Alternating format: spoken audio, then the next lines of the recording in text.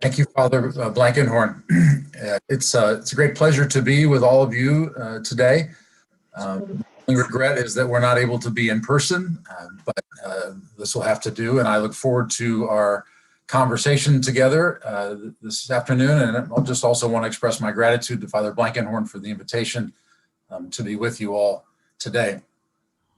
My plan here, there's a handout that's been circulated to everyone, but I'm also just going to go ahead and share my screen and let you sort of read over my shoulder with for the whole text. I think that'll just actually facilitate the movement of the paper, although I think I need my host to enable screen sharing as soon as possible.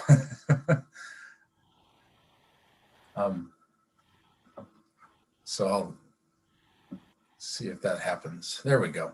Excellent.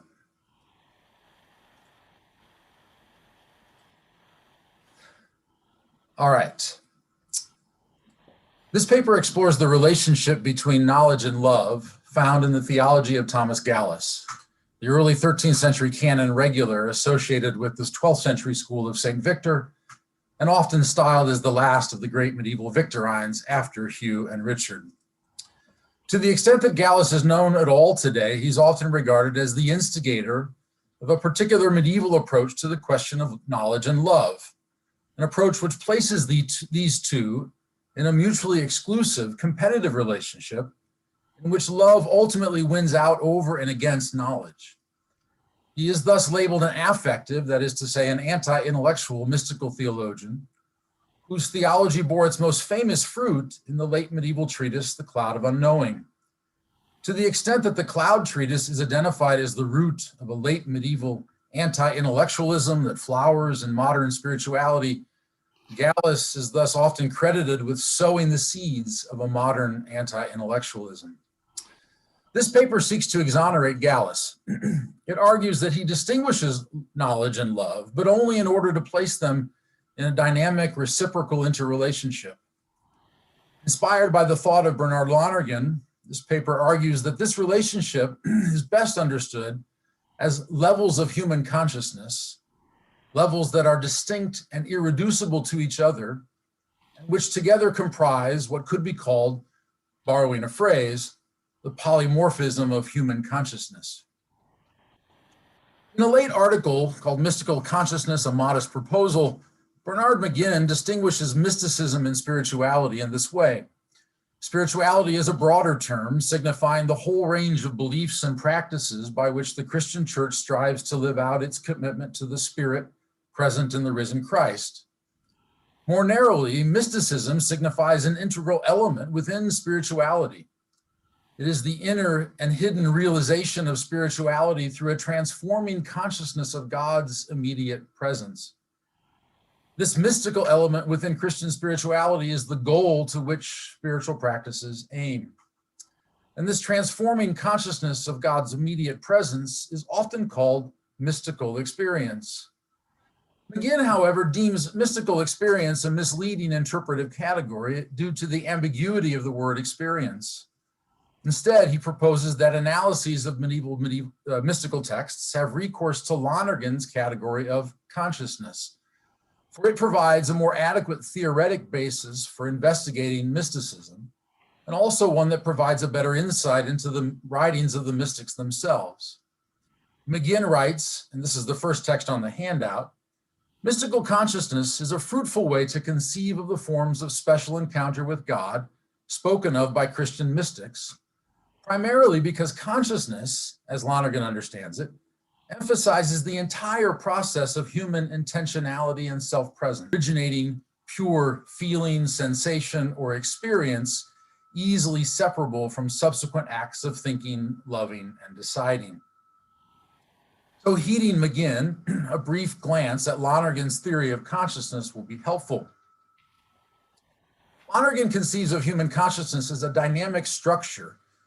In general, for him, a structure is a whole composed of parts in which each part is functionally related to the others.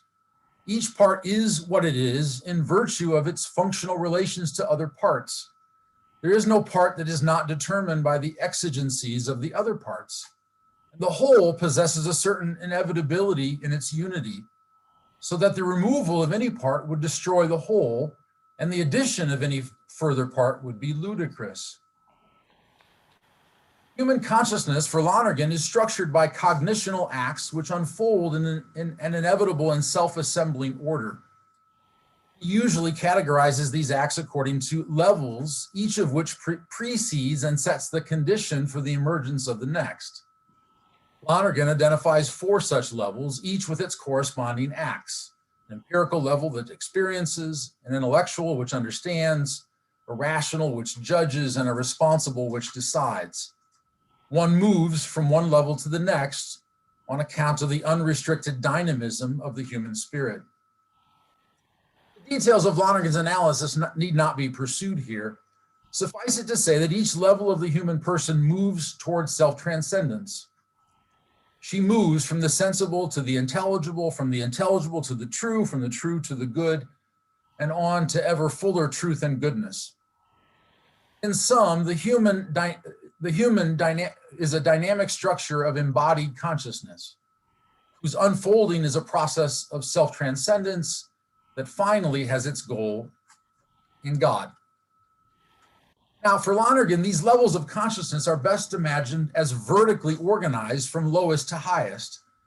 The entire structure has an ascending dynamic or vertical finality, that is to say, a vertical dynamism and tendency, an upthrust from lower to higher levels of appetition and process.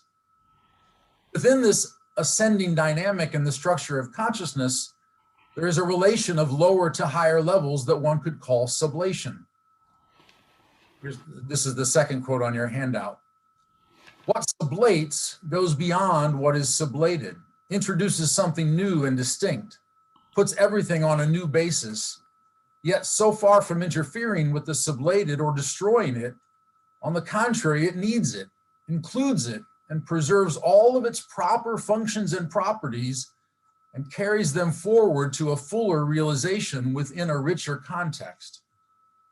So, for example, and this is text 3, the 4th level, deliberation, or evaluation or decision and action, those are all of its corresponding acts, sublates the prior levels of experience and understanding and judging. It goes beyond them, sets up new principles and types of operation, directs them to a new goal, but so far from dwarfing them, it preserves them and brings them to a fuller fruition. So sublation names the ascending relationship between levels. But notice, though, that there's also a descending relationship. The higher levels not only preserve the lower levels, but bring them to a fuller fruition at their own level. Call this descending dynamic saturation. Lower levels of consciousness are both maintained and also imbued with a quality of consciousness proper to higher levels. Briefly put, consciousness for Lonergan is a multi-level, multi-act structure, vertically construed, animated by a bidirectional dynamism in which each level exists in a constant relation of sublation and saturation with its proximate levels. Now, this brief glance at an aspect of Lonergan's theology provides a surprisingly useful vantage point from which to approach the theology of Thomas Gallus. But before pursuing that comparison, let me offer a brief overview of Gallus's theology. Gallus wrote multiple commentaries on 2 texts, namely the Song of Songs and the Corpus of Pseudo-Dionysius. More precisely and remarkably, he pursued an allegorical interpretation of the song using Dionysian theology. Because of this, his theology is profoundly symbolic. That is to say, he tends to think theologically with and through scriptural and also Dionysian symbols. Now, at present, the most important example of this symbolic consciousness is his appropriation of the angelic hierarchy, Dionysius's, in the service of his theological anthropology. That is to say, Gallus adopts Dionysius's angelic hierarchy as a model for understanding the basic nature and structure of the human soul, along with its capacities and activities. This angelization of the human mind is as follows, and this is text 4 on the handout. The lowest triad of the hierarchy corresponds to the basic nature of the soul and its wholly natural capacities and acts. The angels, archangels, and principalities of the first triad. The middle triad of the hierarchy corresponds to the soul's natural capacities and activities as they're assisted by grace, the powers, the virtues, and the dominions. The highest triad of the hierarchy is the realm of grace above nature and involves ecstasy in the literal sense of the term, that is to say, transcending the natural mind itself. These are the thrones, the cherubim, and the seraphim. In sum, as Gallus puts it, in the first triad, nature works alone. In the highest triad, only grace. In the middle, grace and industry work together. Now, while Gallus's angelic anthropology will strike the modern reader as bizarre, there is a surprising utility to this scheme, if only that it provides a ready vocabulary and a repertoire of images for referring to and describing the various powers, acts, objects, and experiences of the soul. And so the modern reader of Gallus is invited to de-emphasize the angelic trappings and to try to appreciate what they represent. By far, the most important aspect of Gallus's angelic anthropology is the fact that it is hierarchical. For when Gallus conceives of the soul as a hierarchy, the fundamental features of Neoplatonic metaphysics, which are embodied in the Dionysian notion of hierarchy, come to characterize the nature of the soul as well. Stated generally, a Dionysian hierarchy is a dynamic, multidimensional state of unified being constituted by the simultaneity of metaphysical procession and return. That is to say, it's a set of relationships between aspects of or elements within a single unified reality in which movement is structured and coordinated into an harmonious equilibrium. It is a stable dynamism. It's also conceptualized and schematized spatially on a vertical axis, such that its dynamism is a movement upward and downward, ascending and descending. And these ascending or descending valences, as I will call them, are simultaneous, not sequential. They're parallel, not alternating. Precisely speaking, ascent does not precede descent, nor vice versa. They are contemporaneous. And this is crucial. Often, mystical hierarchies are conceived of by modern readers, and even medieval ones for that matter, as fixed, static steps on a ladder, which is to be ascended stepwise and unidirectionally from lowest to highest until one reaches the top where the goal is reached and the movement ceases. Central to the interpretation of Gallus pursued here, though, is the claim that such is a profoundly inadequate conception of hierarchy and yields a deficient understanding of his mystical theology as a whole. Rather, for Gallus, the soul is a true mens hierarchia. It is a dynamic, vertically stratified, multidimensional, and highly integrated structure of perpetual activity and movement. And this occurs through the dialectical rhythm of ascent and descent. Like the angels in Jacob's dream, the Gallusian soul is always ascending and descending. And the soul relates to God thus hierarchically. That is, always in and through its hierarchical structure. And each level of the soul relates to God in its own proper modality. So in light of the foregoing, it's possible to analyze Gallus's conception of three distinct moments or stages of the soul's relationship to God as hierarchically construed modes of God consciousness, or more precisely, as distinct modalities of knowing and loving God. It will also be possible to see the relationship between these modes as hierarchical instances of both sublation and saturation in the Lonerganian sense noted above.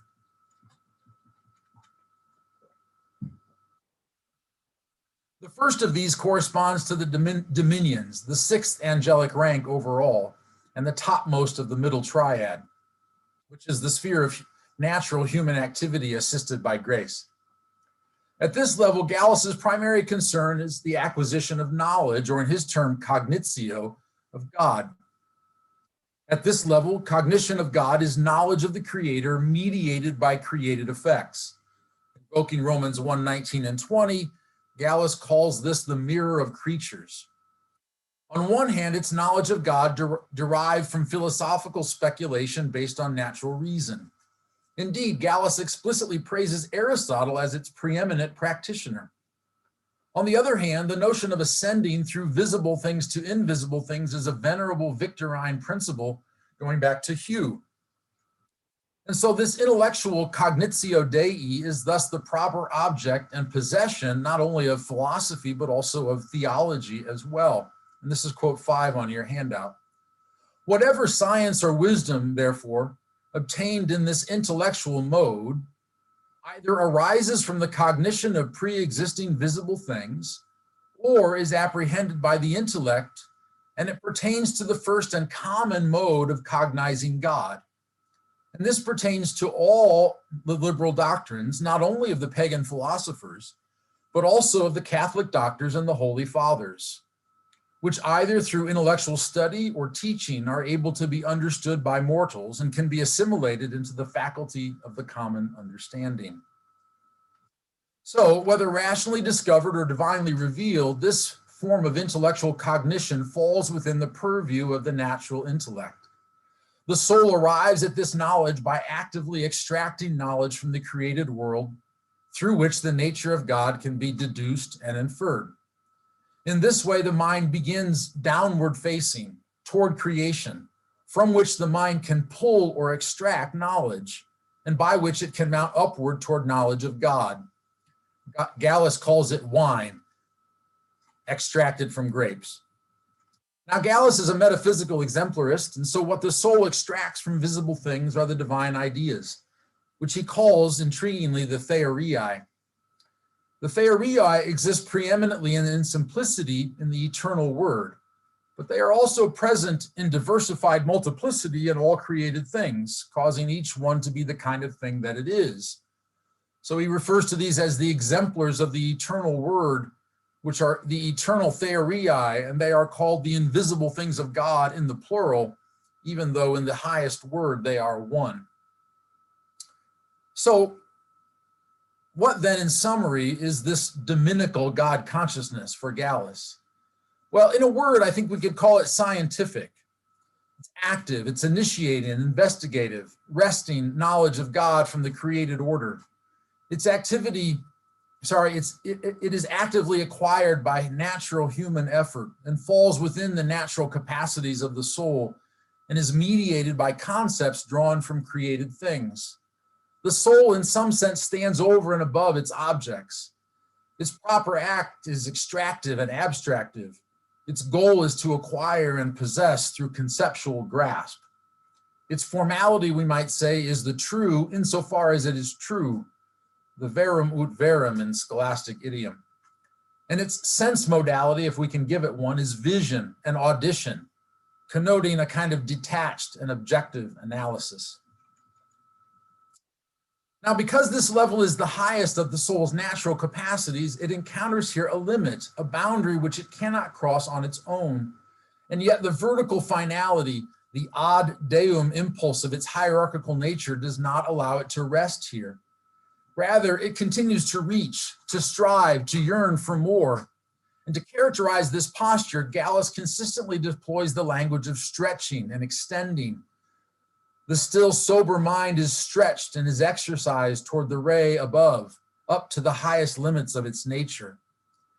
Alongside this language of reaching Godward, Gallus also frequently uses the language of suspension. The high points of the affect and intellect are suspended in all their power for the reception of the divine visitations from above, inasmuch as this is possible for free choice, assisted by grace. Suspension here has a double meaning. On the one hand, it is nearly a synonym for stretching and reaching upward. It's the stretching of the mind into the super resplendent theoriae, up into the high point of the order of the dominions of the mind. At the same time, suspension has the familiar connotation of stoppage, of arrested movement, of cessation. At this stage, the soul's powers reach their natural limit, and thus their proper activity is now suspended. In the imagery of the Song of Songs, the soul at this level is like a bride waiting, longing, reaching for an absent bridegroom. In fact, it is here that Gallus situates the bride at the opening of the Song of Songs, where she famously says, "Let him kiss me with the kisses of his mouth." And Gallus says, since the bride is unwilling to rest, she suspends herself in the order of the dominions and begs to be drawn, for no one comes to the Father, no one comes whom the Father does not draw. Aptly, Gallus captures the soul bride's posture with the language of lingering. Lingering in the dominions, therefore, contemplating the beauty of the divine as much as she can in a mirror, she desires to be united to the first beauty above. The imagery here of lingering suggests an aptness for being taken up, or in the Lonerganian idiom, for sublation into a higher level of consciousness. And Gallus captures this aptness for sublation in maternal imagery. This is quote 6 on your handout. The bride calls the middle hierarchy her mother, since into her the theorii are intellectually drawn and prepared, from whose unitive contemplation the highest hierarchy is fed and sustained. For the lower hierarchy is said to be a kind of mother, since it gives birth to the fundamental movements of the superior orders. Her chamber is the most secret cavity of nature, human nature. Or with a horticultural metaphor, Gallus is even more explicit. This is quote 7. The foundation of all our wisdom and knowledge is the rational nature. And from the cognition of pre-existing natural things, it draws the origin of all teaching, even though celestial grace brings about the growth and consummation. Just as plants and trees receive the power and origin of their shoots, as well as their flower and fruit, all from the roots. Although without the benefit of heavenly heat and humors, they're not strong enough to come to consummation. Thus, all knowledge and the edifice of virtue are established upon the foundation of nature, yet they are not consummated without the benefit of divine light and heat. These birthing and germination metaphors suggest that Dominical God consciousness is preparatory for, able to be upwardly assimilated by, and accumulated into a higher level. Now for Gallus, as we've said, the Dominical rank represents the limits of the natural soul, the boundary of the natural capacities. And yet there's an entire triad of angelic ranks above the dominions. And so when the soul ascends now into this highest rank, it's in the realm of grace above nature, the arena, we might say, of supernature. Its entire mode of existence accordingly, including its God consciousness, changes. In a word, this new mode, this next mode, is ecstatic, taken literally, namely standing above or outside the strictly natural capacities and activities of the enstatic soul. Now, in this ecstatic modality, Gallus posits another kind of intellectual cognitio, distinct from and superior to the natural cognition of the dominions. He associates it with the cherubim at the 8th and penultimate rank of the entire hierarchy. This is the clear cognition of truth, which perfects the intellectus. To it, moreover, pertains both the theological virtue of faith and the gift of understanding, which perfects faith in the intellectual power. So what is this cherubic cognition and its characteristics? At the outset, an important point of continuity with natural cognition is noteworthy. Both kinds have a common object, namely the divine theorii. In the distinction between enstatic and ecstatic cognition, the theorii provide a common object and thus secure a continuity of types of intellectual cognition. In fact, Gallus characterizes the intellect as theoric. It's a strange word in just this way, and this is quote 8 on your handout. The business of the theoric mind or intellect is to intend and to speculate with fixed and quiet sharp point, either whatever the grace of heaven reveals that is ecstatically coming to it from above, or whatever reason has found and presented, namely what's ecstatically coming from below. The intellectus then appears hinge-like, able to turn enstatically to things below or ecstatically to things above. What then distinguishes this cherubic God consciousness from its prior Dominical form? Well, the first point would be a difference in source. The entire highest triad involves a pneumatically activated union with Christ, construed nuptially as the union of the soul with her divine spouse. It is precisely from this nuptial relationship that the ecstatic intellectus receives the divine theorii interiorly.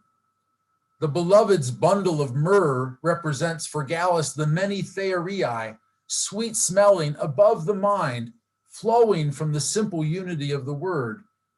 Commenting on the opening line of the song that says, "Your breasts are better than wine," Gallus reads wine as Dominical knowledge derived from the cognition of existing things. Breasts, by contrast, stand for the most fertile and superabundant fullness of divine wisdom that flows from the abundance of the breast of the bridegroom. Or again, the soul bride is led into the cellars, that is, into the exemplars of the eternal word, high and deep by unitive contemplation. This mystical encounter with the word, moreover, for Gallus, is mediated by the Holy Spirit, who is the anointing that teaches all things. This nuptial framework generates a different intellectual modality. Rather than actively pulling knowledge from existing things, the intellectus here is attracted, drawn ever higher to her divine spouse. In the song commentary, Gallus says that the eighth order contains every kind of knowledge of the attracted intellect and of the attracted affect. In this sense, in that the soul is here led by the Spirit and lives in the new mode of not I, but Christ, the soul is primarily responsive. Now, due to its new source and its new mode, the soul's intellectual posture changes. It is now receptive or concave in Gallus's symbolism. Rather than grasping knowledge through active extraction or abstraction, as wine from grapes, cherubic cognition receives it as milk from a breast. Quote 9 on your handout, quoting the song, "Your breasts are more beautiful than wine," Gallus comments that they're more splendid than wine, namely than every cognition acquired by the agent or active intellect, better because of the splendor which flows down into the cherubim.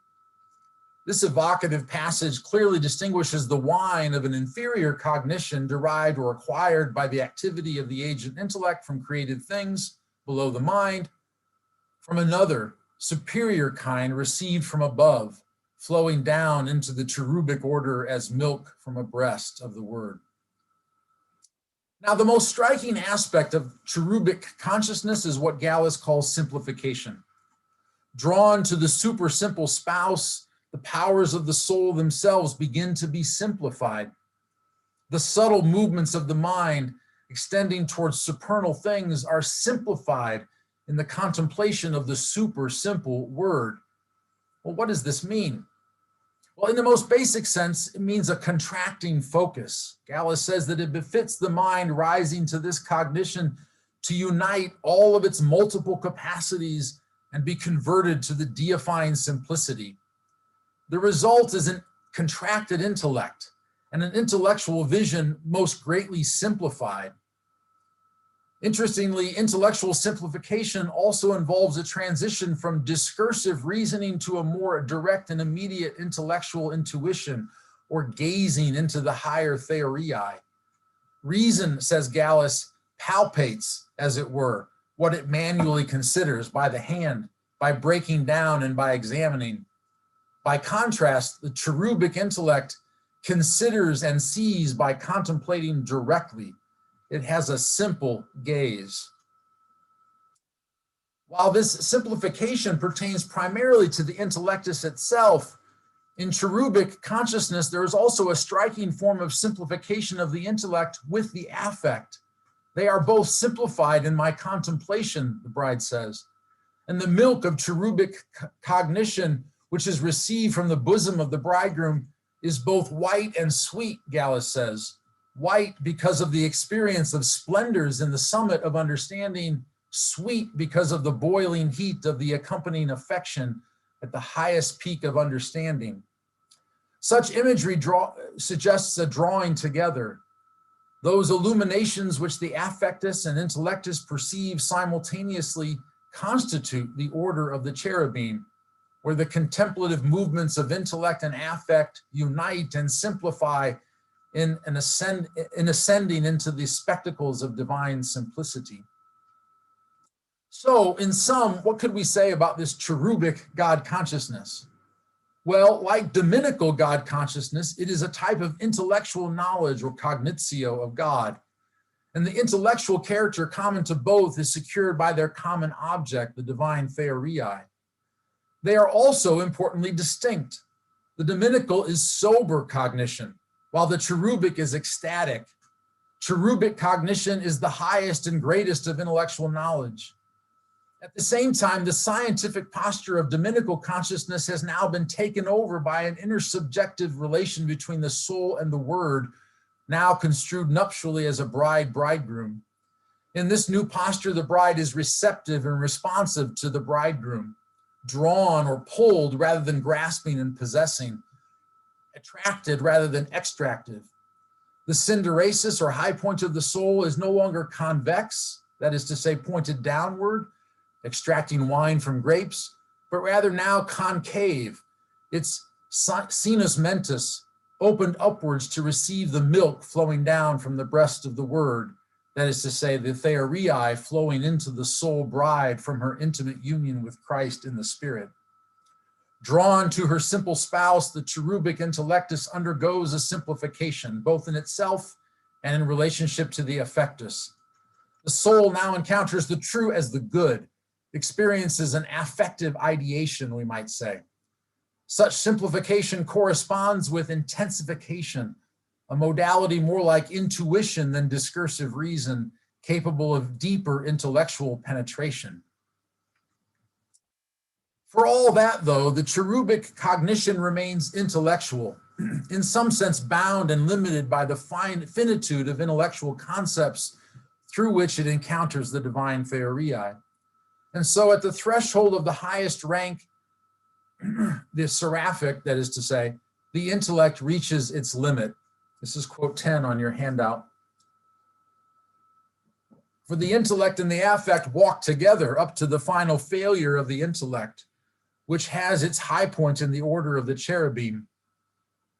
The attracted intellect does not pass this, but has here the consummation of its knowledge and light, which Gallus explains in quote 11. Hence, it is necessary from that point for intellectual activities to be, as it were, stopped, as they are not capable of progressing further. This is its death.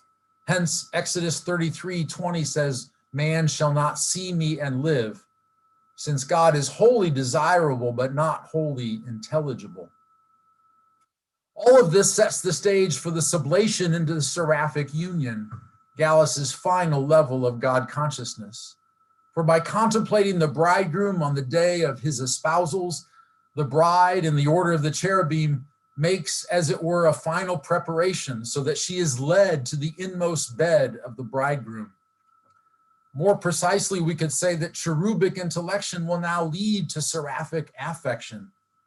For first, we are to be illumined by those splendors which pertain to the perfection of the intelligence, but then we are to be formed, which pertains to the perfection of the principal affection. Gallus's description of the ninth and seraphic rank in the prologue to his third commentary on the song should be quoted in full, and this is quote 12.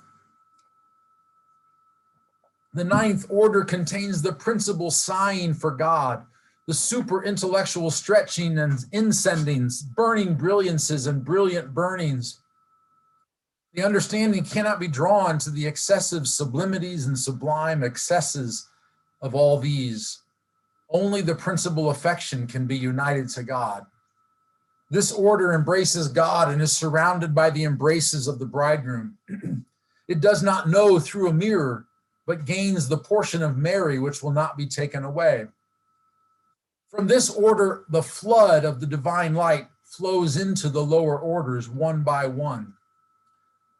From much that could be noted in this passage, the following are crucial. First of all, note this intersubject nuptiality of the bridegroom paradigm. It remains here and is intensified. Second of all, the affectus is the capacity for direct and in some sense unmediated contact with God. Such contact self-evidently affects its recipient. And by definition, therefore, there is a clear receptive and passive dimension to this, which is more evident in the use of the passive participle, the affectus. To be affected is to be acted upon, to receive, to undergo, to suffer contact, to be touched. Essentially, the affectus is simply the capacity of the soul to be affected thus by God. Third of all, the affectus is the summit of the ascending valence within the soul. It's the apex mentis, the goal and terminus of the soul's movement Godward. Fourth, the seraphic affectus is the point of union between the soul and God, where the soul is most capable of God. Fifth, all the activities of the intellectus are apparently barred from entry. The affectus alone operates here. This has long been stressed by both later medieval and modern readers. The seraphic affect, quote, suspends the activity of the senses, of imagination, of reason, of intellect, both practical and theoretical, and excludes every understanding and every intelligible. It's here that love transcends and exceeds knowledge. Love enters in where intellectual knowledge now remains on the outside, because as Gallus often puts it, God is not wholly knowable, only wholly lovable. But what precisely is this affective capacity and act? As it turns out, Gallus's answer complicates the apparently severe dichotomy between intellectus and affectus. Put simply, the affectus is the consummation of the vertical finality, the upwardly assimilated apex of all the lower aspects of the soul, including the properly intellectual. That is to say, though love transcends the soul's lower intellectual modalities, it transcends them in their proper and lower modes. But it also contains within it, in a higher modality, as every hierarchical level does in relation to its inferior levels. What's excluded is proper and normal rational and intellectual activity. This is where Gallus's teaching on hierarchical simplification comes into play. At the affective summit, all the soul's powers are cumulatively simplified into the single affective modality of seraphic love. Such what is discrete and distinct at lower levels is also synthesized and integrated into an affective singularity. This hierarchical continuity allows Gallus, perhaps surprisingly but very consistently, to describe this affective encounter with God as a form of cognitio, as a cognitive act and experience. It is an affective cognitio Dei, whose objects are, once again, the divine theoriai. How? The answer is that Gallus adopts a teaching on the spiritual senses of the soul in order to explain love's super-intellectual cognition. More precisely, he uses a particular interpretation of the fivefold sensorium to distinguish the lower intellectual kind of cognition from the higher affective kind. Intellectual cognition corresponds to sight and hearing, while affective cognition corresponds to smell, taste, and touch. The affectus tastes, touches, and smells spiritually, while the intellectus sees and hears. Intellectual knowledge thus reflects the distance between knower and known that is apparently entailed in physical seeing and hearing. By contrast, the affectus cognizes God through spiritual smell and taste and touch. And that implies that affective cognition entails the immediate affecting quality that's found in those three physical senses. They are not exercised through a mirror as hearing and especially sight are, but rather directly. In Gallus's understanding, we cannot smell, taste, or touch without being affected by what we apprehend, as he puts it. Affective cognition entails a form of direct contact with actual participation in what is sensed. So insofar as we thus taste and touch and embrace and smell God, so to that extent do we cognize him by ineffably participating in his sweetness and suavity. Thus, active cognition of God is a cognition of the same divine theoria that the intellect cognizes in its own proper way, but in a different modality, through the spiritual senses. Gallus says, the best ointments are the super intellectual theoria, which soothe the minds united to them, and they restore and are rich in abundance for all with a kind of sweetness and beauty, clarity and suavity, and every kind of desirable outpouring as from the breast of the word. So what then is this seraphic cognition? Put simply, it is a cognition of divine self-disclosure in Christ through the Spirit, wherein the soul is affected by what it experiences, analogous to certain kinds of sense perception, in the sense that one undergoes it in a way that one experiences taste and smell and touch. It is super intellectual in that it is beyond concepts, but it is not super cognitional. Cognition here understood as a mode of perception or awareness. It's not a difference in what is known, but how. As such, it requires a simplification of the soul, an integration of its diverse capacities, such that the lower modes of cognition are sublated to this highest mode. In this way, intellectual cognition is subsumed up into the seraphic modality, where I argue it reemerges as spiritual sensation. Gallus calls it wisdom, a tasted knowledge born of love. Now, in the prologue to his song commentary, Gallus observes the following. It is from this order, the seraphim, that the torrent of divine love pours down in stages to the lower orders. As a hierarchy, the soul has also a descending valence, a downward movement in which what is received and experienced at the highest level flows down into the lower level and is received by those lower levels in their proper modality. Gallus says the bridegroom distributes one by one into each of the inferior orders according to the capacity of each. For present concerns, this aspect of Gallus's mystical theology has particular implications for the lower intellectual forms of cognition we've just looked at, and indeed for the nature of theology itself. For Gallus, the condition for the possibility of success in the pursuit of a deeper and fuller understanding of the faith is super-intellectual affective cognition, which fecundates the intellectual dimensions of the soul. Gallus multiplies poetic images for this, and this is number 13 on your handout. A great abundance of ordered charity and clear understanding inflow from the order of the seraphim. Like a nourishing light rain, this influx refills and refreshes every capacity of the mind that has been extended to receive it. Seraphic union becomes a fountain of water flowing down from above, and it pours affectual and intellectual abundance into the lower orders.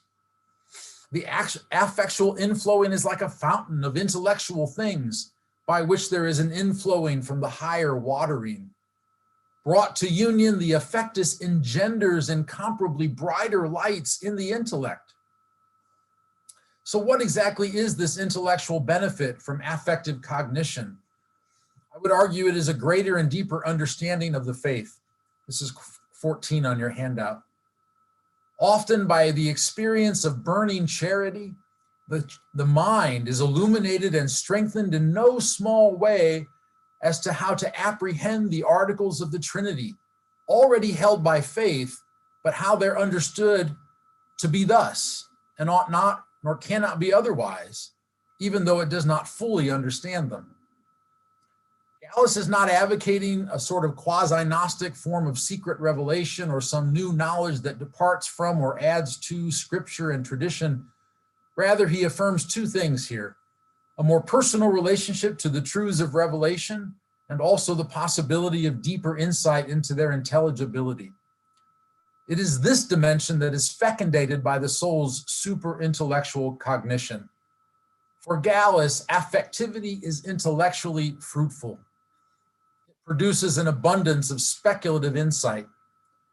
Here then, as a function of the hierarchical nature of the soul, a descending movement from the highest to the lowest levels seems aptly characterized in Lonerganian terms as a kind of saturation.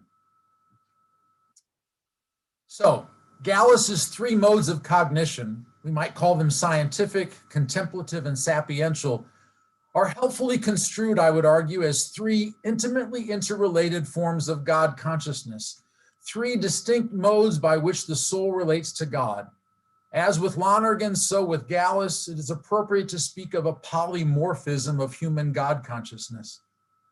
Their hierarchical interrelationship, properly understood, requires that each mode be valued and cultivated individually in its own domain and proper modality, having its own integrity as a human mode of consciousness.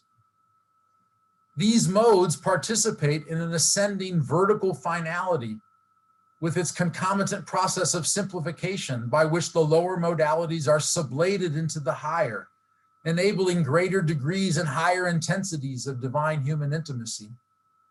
At the same time, the higher levels flow down into the lower, saturating them, fecundating them in their own modalities. Such is the structure of human God consciousness for Thomas Gallus. So, is Gallus's mystical theology rightly characterized as anti-intellectual?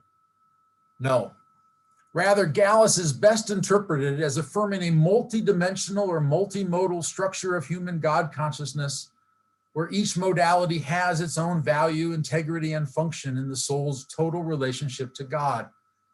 For Gallus, these are diverse modes of cognition, and that term has a much broader and richer meaning than the English word cognition. Lastly, an important implication of Gallus's hierarchical anthropology is that there is nothing comparable in it to the modern transcendental subject or ego, whose a priori and pre-thematic God consciousness or mystical experience is absolutely prior to all categorical thematization and conceptual expression. Rather, transcendental subjectivity, if we could put it that way, for Gallus is emergent within the hierarchical dynamism of the soul, which has no absolute starting point. Rather, the soul is perpetually in motion, ascending and descending simultaneously. Accordingly, mystical experience is located not as a foundational experience that is only subsequently given and always an adequate expression in language, doctrine, and concepts and systems. Rather, mystical experience is always already doctrinally informed and theologically shaped, even as it fecundates deeper doctrinal and theological insights. More precisely, and in Gallus's own terms and within his hierarchical framework, affective cognition both succeeds and precedes intellectual cognition. There is no mystical empiricism here. Gallus does not derive doctrine from experience, though he does derive insight into doctrine's intelligibility from mystical experience. Thank you very much.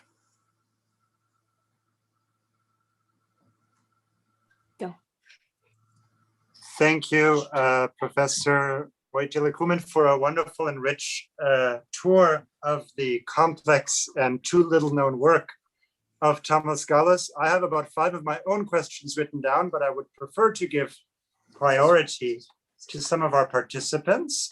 One thing I forgot to mention at the very beginning is you're encouraged, so as to make the most fruitful use of our time, to put fairly brief questions or comments into the chat box, maybe starting toward the end of someone's presentation as you've begun to absorb the heart of his or her argument and reading of the texts, right?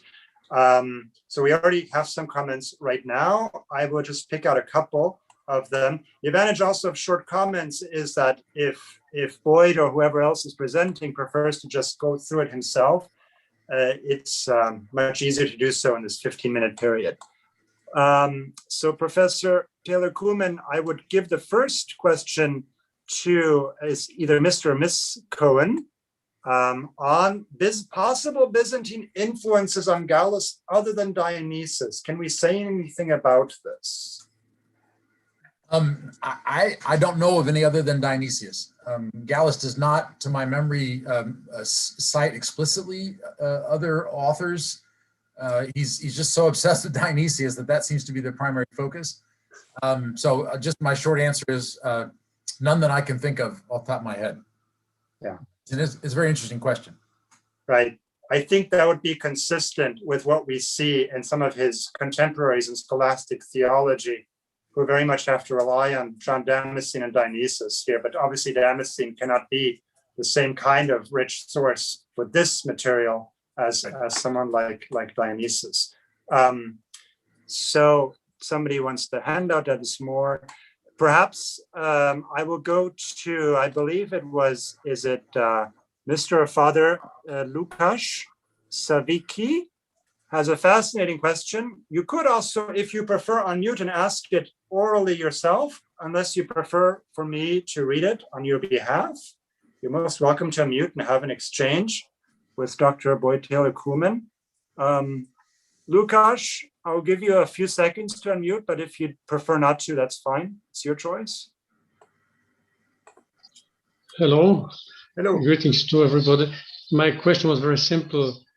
Given the subject of love and senses, taste, my thought went to Bernard of Clairvaux, who lived a couple of decades before Gallus. So is there a connection, or there are some influences which could be noticed between Bernard of Clairvaux and Gallus? Thanks. It's a great question. Certainly in broad ways, one feels a kind of kinship between what Gallus's interest in affectivity and the affectus and the priority of love, between that on the one hand and the Cistercian world and Cistercian sensibilities on the other. What's interesting though is Gallus does not, to my memory or knowledge, explicitly allude to any of those Cistercian authors by name. So it's hard to know if there's a direct influence. The other thing that complicates this thing is that Gallus's mindset and his idiom and everything is just so fundamentally Dionysian, where the Cistercians are not really operating in a Dionysian modality or idiom, that I think that could kind of obscure the possible Cistercian influence, because Gallus is filtering everything through the Dionysian grid or screen, so to speak. So you're exactly right in my mind to recognize the similarities, kind of the family resemblance, but again, in terms of explicit influence, I'm not aware of any. So Boyd, I'd like to go to Joey, who is a doctoral student in theology in Cambridge. And I suspect Joey, whom I know from his studies days in California, will be happy to jump in and ask you directly. Okay. He's an avid reader of medieval Dionysianisms. Oh.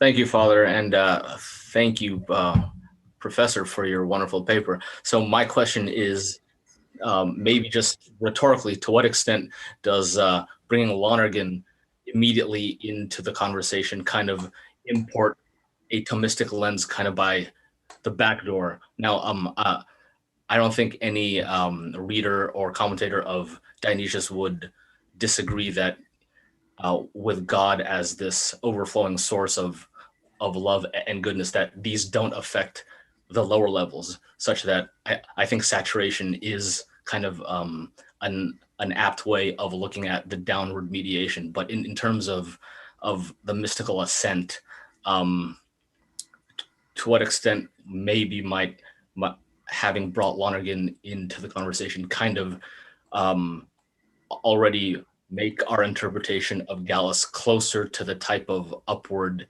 integration of intellect that is a lot more explicit in Thomas Aquinas? Yeah, that's an interesting question. Well,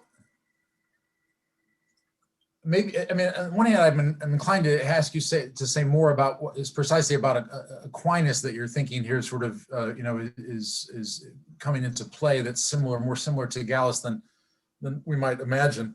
But my first thought is, I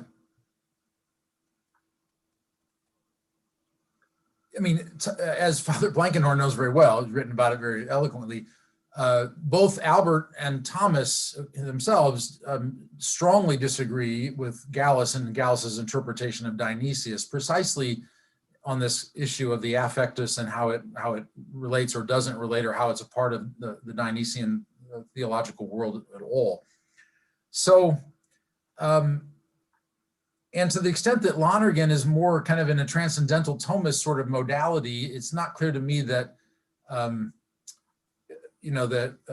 what he's doing, and especially with, I mean, and really all I'm doing with the Lonergan is just using him as a kind of an analogy, as just a way to sort of say, hey, look, what Gallus is doing isn't quite as bizarre and strange as we might imagine it at first glance. Here's a modern theologian who's thinking in ways that are remarkably analogous to what Gallus is doing. At the same time, what Lonergan's up to is very different when you get into the details from what Gallus is up to. So I guess my short answer is I don't think that, I'm not really giving a Lonerganian reading to Gallus as much as just providing a kind of point of departure and using some language. I don't think it's a strong Lonerganian reading of Gallus, and therefore I don't think I'm giving it a kind of a Thomistic overlay, but I'm happy to hear more about how that might be true. I'd like to close with just my own question, and then we'll have about a 20 to 25 minute break. So, Boyd, as you were speaking, you've helped theologians a great deal to recover the doctrine that is found in the full corpus of Gallus, especially with your great attentiveness to his work on the Song of Songs. And as we know, and as many people in the virtual aula know, one of Gallus's works on Dionysius, namely what we in English tend to call the paraphrase, had a potentially very vast influence because of its inclusion in this famous Parisian corpus of Dionysius, which was likely read by many great theologians working in the middle of the 13th century, of which a copy was also at Saint-Jacques at the Dominican Priory. As far as you know, how much of the bridal mysticism that comes out more clearly in his work on the Song of Songs had a heritage, a tradition afterward? Obviously, Gallus had an influence. Can we say that there's one side of Gallus that was better known in later decades and centuries than another? Because how much of the Gallus you've given us would have been likely accessible to some of these persons whom we might describe as more or less disciples or people deeply marked by his thinking in the Middle Ages? Yeah, no, it's a great question, and it's a really important one in terms of the Nachleben of Gallus, because I think you're exactly right in the way you've already sort of indicated in the question. As far as I can see, the Gallus that's known after his own time, or even during his own time, during his own lifetime, is not the Gallus of the Song of Song commentaries. I think the only Gallus that's really known outside of Vercelli, as far as I can see, which is where, of course, he spent most of his life after he left Paris in 1219, is the paraphrase, the parts of it that circulated in this sort of annotated Areopagite, in Rorm's phrase, in the university context and other places. And it's exactly right. The theology that shows up in that paraphrase, I think, is a very truncated or very so severely condensed version of Gallus's theology that it was just misunderstood.